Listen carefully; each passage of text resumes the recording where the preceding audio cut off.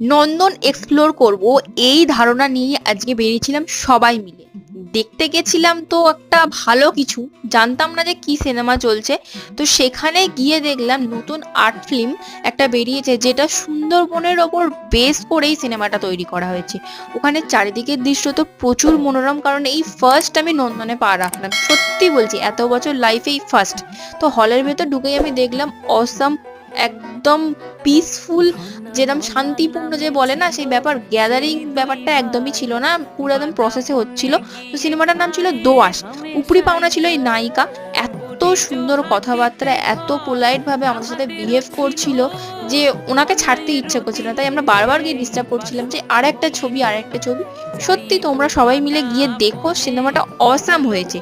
দোআঁশ সিনেমা আমার তো জাস্ট ফাটাফাটি লেগেছে। তারপর পেঙ্গুইনে গিয়ে পেট পুজো করে সবাই মিলে চলে এলাম বাড়ি।